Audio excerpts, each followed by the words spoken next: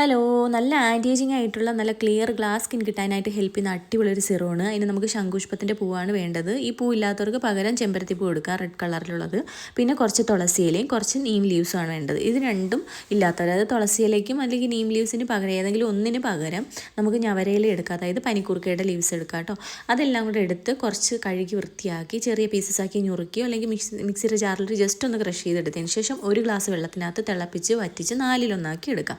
കാൽ ഭാഗമാക്കി എടുക്കുക. എന്നിട്ട് ആ ഒരു സിറം അല്ലെങ്കിൽ ആ ഒരു എസൻസ് നമ്മൾ കുറച്ച് അലോവേര ജെല്ലും ചേർത്ത് നന്നായിട്ട് മിക്സ് ചെയ്ത് സിറം പോലെ ആക്കിയെടുക്കുക.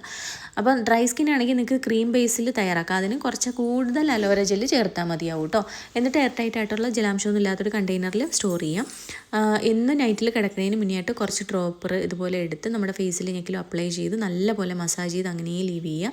കണ്ടിന്യൂസ് ആയിട്ടുള്ള യൂസിൽ dark spots, pigmentation, fine lines, anti ageing ആയിട്ടുള്ള സ്കിൻ കിട്ടാനൊക്കെ ഒരുപാട് ഹെൽപ്പ് ചെയ്യും. വൈറ്റനിങ് ക്രീംസ് ഒക്കെ യൂസ് ചെയ്ത് പണിയിട്ടിയവർക്കൊക്കെ ബെസ്റ്റ് ആയിട്ടുള്ളൊരു സിറമാണ്. കണ്ടിന്യൂസ് ആയിട്ട് യൂസ് ചെയ്തു അടിപൊളി റിസൾട്ട് കിട്ടും കേട്ടോ.